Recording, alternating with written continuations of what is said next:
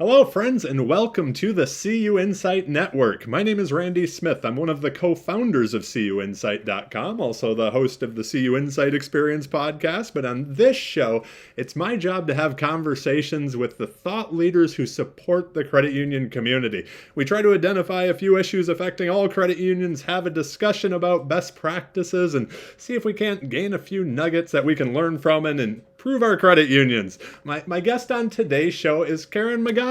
She is a principal over at Strum, first of all, and the VP of Client Services. So let's just jump right into the conversation. Karen, welcome to the show. All right. Hi, Randy. Thanks for having me.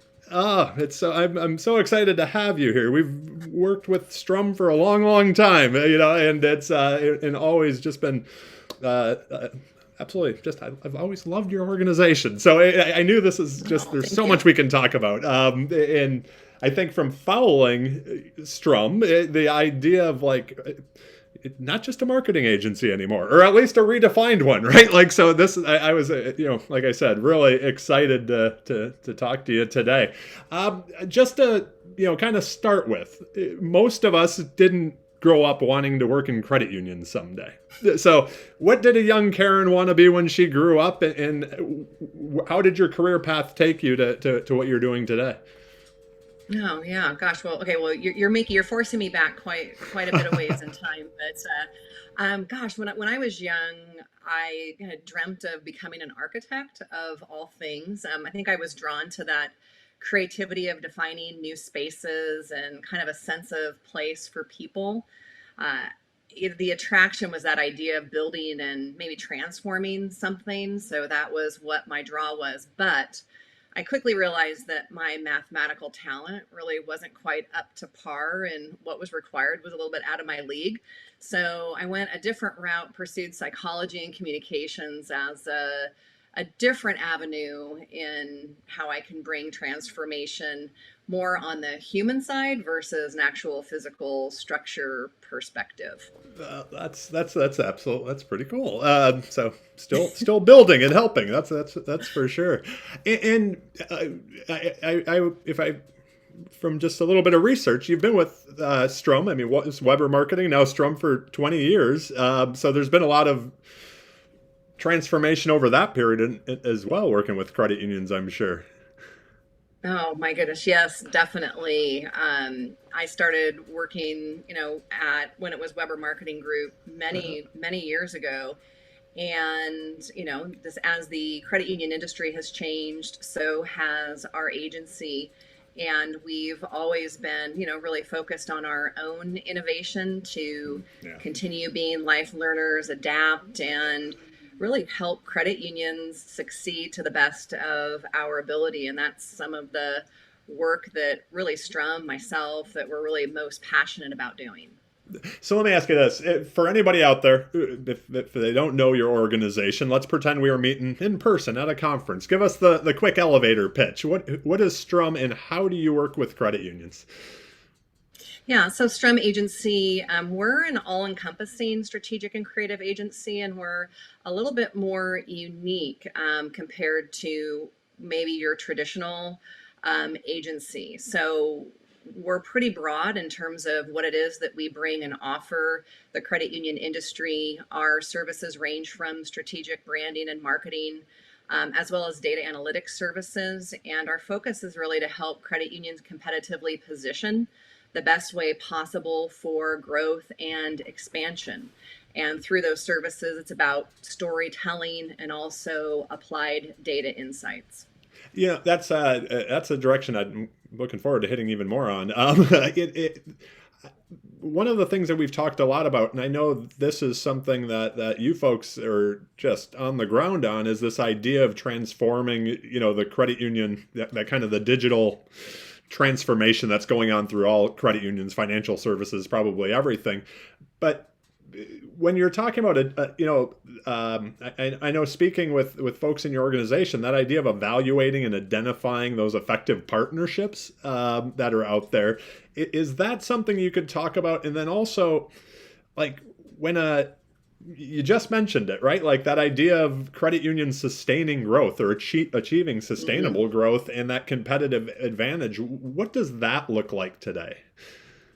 Oh, yeah. Well, I think establishing a strong competitive distinction or possibly not having one at all is what Yeah. keeps a lot of credit union leaders that I've spoken with up at night. And it's a huge battle for them to, gain ground on providing that excellent member experiences, attracting younger consumers, also building and having the right technology and access to serve them incredibly well, in addition to attracting the best talent they can afford, are things that are significant challenges for credit unions. But also, it's compounded by the fact that resources are thin. Budget cuts are more severe now than what they were a couple years ago. In-house talent is being stretched, plus that pressure for adaptation and evolution has also never been higher. So organizations are getting really squeezed for both performance, but with littler, resources in order to do it. And so this is when like agency partners can really become a critical ally in bringing that innovation and ideas to help position, organizations with that greater distinction. But some credit unions, I think at this point, with these added pressures, may discover that their agency might not be well versed or experienced enough with the competitive challenges that they're facing in order to help them adapt and position against the increasing competitive threats. Absolutely. Something that I've always been impressed with, just from the outside looking in, I guess, blimp level, is that idea that it seems like you take a very strategic approach from the beginning before. It's not just, one-off type jobs, and then also the execution side. And that's a place that I wanted to go next was, what are those first steps or those most important steps for credit unions to take to link those key strategies and the concept, but Mm-hmm. to, I think something you all do well at Strum is the actual execution too of that plan, right? Like it's not just a put it on a shelf and we have new colors or whatever it happens to be, right? Like so. Right, right. And then the second part of that, and I know this is a direction that you've all moved into quite a bit over the past few years, is actually the data side, right? And you know, not only just building those brands, but also tracking and measuring performance, which is why we do things, right? Yeah. Well, another challenge besides building that brand distinction that credit unions face is really aggregating their data into an enterprise like data platform, something that's accessible to all teams in order to help them with strategic and business decision making. And this is an issue that many credit unions are wrestling with. Leaders are faced with a decision: do they build it in house with existing talent, or do they buy it from someone else? And unfortunately, I've seen it take some in-house credit union teams 3 or more years to build a data warehouse and still not have the ability to be able to share and socialize that data throughout the organization through a common source, in order to access and use it to be a strategic tool. It's a noble effort to want to be able to do that in house, but it's also too slow in just Yes. an increasingly fiercely competitive space. And so, really, that speed to be able to leverage the data analytics to improve and enhance relationships, it's no longer an option to move slow. It's the rate and speed of access and application of that data is what is going to help your organization be future ready. It does. It seems like it's becoming table stakes, right? Like we're so used to that experience outside of and everything else we do, right? So it like if our financial institution isn't doing it, it seems, yeah, I mean, just like that, we want more. So we want it quick. To wrap up this first part of the show, I'd like to ask a couple of questions about the future. We've already been started to talk about everything that Strum's been doing to innovate and help credit unions keep moving forward. But if you were to break out the crystal ball, there's just been a ton of disruption in financial services from outside players, fintech, everything. I don't think any of us think that's going to slow down. What trends are you seeing, and where is Strum's focus when it comes to innovating to meet all the challenges that are happening out there today? Yeah, well, I mean, certainly getting to personalization is where all organizations want to be. being able to, move from, being really product centric to more member centric is the ultimate goal. But in order to get to greater personalization, you need to be able to have the insights and the analytics that are going to come from your first party data, appended data, and then also market data, so that you can really get to know and understand who are your key growth segments, who are your key retention segments, so that you know them better than what your competition knows them to be. So you can build the right types of experiences, have the right type of product innovation, promote the right type of messages to build a brand that's going to resonate strongly with them. It is. This is going to probably lead into my next question, but I'd like to stay here for a minute. Is that a place where, from like when you guys work with credit unions across the country, right?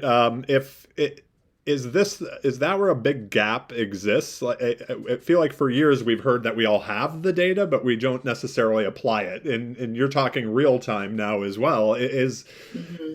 I mean, if we're looking at, and this was the next question I had, was credit union relevance moving forward. Is there something we need to be doing different or better, maybe? Mm-hmm. To stay competitive, to stay relevant in this, changing marketplace. Mm-hmm. Yeah, I think the industry has, overall, the leaders have an idea of where they need to be. I Okay. think the path in order to get there, I think, is where things get a little bit cloudy. Yeah. And the pace of change is rapid. Credit unions are struggling to really keep up with in-house talent and resources. And, there becomes, gaps then between how fast you need to move.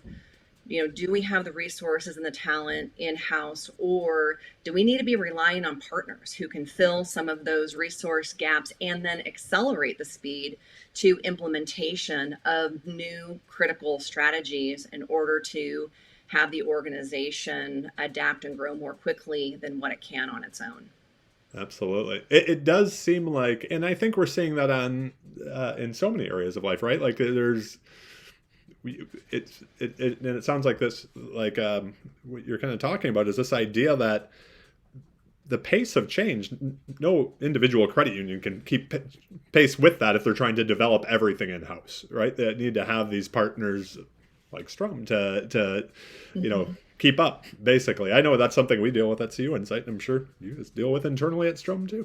So, Yeah, I think it's, yeah, well, businesses are under an incredible amount of pressure. I mean, always have been, but certainly 2020 and into 2021, it's even more intense, and especially for financial institutions where, the interest rates are such where, income is not as high as it once was, yet there's now more added pressure on that digital adaptation that requires a lot of, investment and time and budget in order to, put the organization where it wishes it was. that's a good point. This is a scratch my own itch question, but I've been so impressed with some of the credit unions that you all have worked with, and that just the overreaching kind of brand that's been built over time. Were they able to, like you just mentioned, the last year was an interesting one for everybody. I don't care what business you're in, right? Mm-hmm. Did all the pre-work that you did with, some of these longer term credit unions that you've worked with, did that allow them to not only pivot to the digital experience where branches are being shut down and everything like that for a year at a time, but also to have that brand and messaging that their members already knew? It seems like that I've watched a lot of your clients do very well over the past year and a half. So do you think Mm-hmm. that all ties together because they already did the work in advance, or I guess? Yeah, well, I think, having the entire organization aligned and focused on key strategies is always going to be better footing in times of crisis than when you don't have it at all. Because Yeah. it brings you back to a place of focus and concentration, and reminders of what are we setting out to do as an organization. And no doubt, even with, the well-defined brand strategies and the audiences well defined, there's still pivots and adaptations that have to happen. But having a strong foundation from which to work from certainly puts you ahead. I know a lot of organizations were really caught off guard, Yep. ones that had been, thinking about undergoing branding or rethinking their competitive position in the marketplace. And then when the crisis of the pandemic hit, then there were not a lot of, strongholds to some of the strategy because it hadn't yet been developed. And so a lot of organizations are in really rapid catch-up mode to ensure that these gaps that were exposed, they're filling in this time of kind of rebuilding and refocus for whatever the future might bring. Absolutely. Almost, it feels like we all have a chance to even redefine if we want to. So I'd like to wrap up the show with some rapid fire questions, just like we do on the CU Insight Experience podcast. The questions are rapid, but your answers do not have to be. So was there I keep calling this the COVID purchase, Pelotons and puppies. Was there the recent purchase that you made that you didn't know you needed, but now you're like, I couldn't live without it? Yeah. Okay. So there's a few. So for me, my Yeti wine tumbler is a must-have. I would never want to live without that. The other one is the air fryer for my kids. That's been a lifesaver as that's what they can cook their food in. And then and then we decided to get a puppy. But then we actually decided to get 2 puppies, and so those were... You doubled up the puppies. We did, yeah. What kind of puppies? I have to ask. Oh, French Bulldog. Oh, boy. All right. Very cool. Yeah. The Yeti wine tumbler, an amazing thing. And, of course, we need that. We're all working from home now. So when you hear the word success, who is the first person that comes to mind and why? Oh gosh, that's okay. That's a hard one because you can either go like the personal route or like the celebrity, somebody who everybody knows route. Okay, so I would say then for this purpose, I would say Michelle Obama. She really comes out in my mind. She's a powerful advocate for both women and girls, and is also a very strong voice for racial equality. And so I think these are important issues to me personally, and she really kind of embodies, I think, a lot of that success and helping move some of those initiatives forward. I love that answer, and I may get in trouble for this one, but maybe not. It's just my opinion. But I thought her book was better than President Obama's book, so at least more interesting, personally. So I suggest people read that also. So, the random question: what is that greatest album of all time? The one you can listen to every song, not skip one. Okay, so there's several, but probably the one that stands out, being a girl of the 80s, AC/DC Back in Black would be just a go-to. I haven't outgrown that one yet. I get that completely, to tell you the truth. So yeah, it's that is very high up on mine as well, and then like Guns N' Roses' Appetite for Destruction. So yeah. 80s love ballads, you name it. Those are probably like my next guilty pleasure. But AC/DC Back in Black is my first. You have to love that it's all still available anytime we want it. So, any books that either you've gifted over time or that you just think everyone should read? Well, a new one that I think is interesting is called Think Again by Adam Grant. Oh. And so the premise of this of the book is really to challenge yourself to think more like a scientist. So like lean in more to the facts versus your intuition at the very beginning. Okay. And so it's kind of teaching concepts of like the value of the humility over your own pride and thinking that you already know what the answer is or what the answer should be. So it challenges you to be open and to be more open to curiosity over just like what your own strong conviction may already be. I just like it from just like a growth mindset to kind of break outside of tunnel vision that just kind of can happen to all of us just over years of experience and having been there, done that, you have your go-to answers, and that the go-to answers aren't always the same answers that are going to work, forever. Right. That's yeah, I'm a fan of his. I have not read that book yet, but like Originals was amazing, and some of the other a couple of the others. But yeah, fantastic. You're right into my reading list. If the calendar's empty, what does Karen do to unwind outside of work? Yeah, well, it depends on the season. Yeah. So in the winter, it's snow skiing with family and friends, and then when summer hits, then it's boating with, you know, family and friends. And then in between those seasons, we're just waiting for the next extreme season to actually happen so we can do those things. So you can And ski or go on then the boat. when Yeah. that's not happening, yeah, when that's not happening, then it's the occasional karaoke outing with friends. But Oh. haven't had one of those for about a year and a half now. So, waiting You're for, things to normalize so we can get back to doing that kind of fun. That's fantastic. I have to ask. Behind you, I see a ski slopes. Where is that in the picture? Is that Okay, a so the favorite one, place? yeah, so the one Uh, behind me is Mission Ridge, and so that's kind of in central Washington okay. state. So that's a common one, that we go to, yeah, during the season. That's fantastic. Good eye. Yeah, I'm curious always of the backgrounds, right? So we'll link to everything we talked about today in the show notes. My last question that I have for you is, do you have any final thoughts that you'd like to share or asks of our listeners, viewers today? Well, so the focus on personalization is a critical one.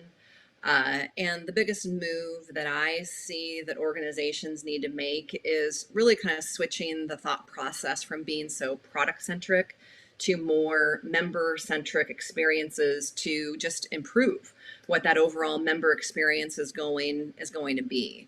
And the product centricity is one that puts the financial institution really at the center focus instead of the member. It builds silos and then consequently misaligned strategies. And so I think really establishing an enterprise-wide platform and access to data will help elevate the entire organization. It will help break down silos because everybody is kind of coming to the same source of information, which then helps teams build that personalization and relevancy in their members' lives. And I think if you do that well, the business impact will follow. Couldn't agree more. Thank you again, Karen, for being on the show today. I hope you and your family stay well and look forward to our paths crossing as we all start moving about again. So, All right. Well, thank you, Randy, so much. Appreciated our time together today. me too. Thank you.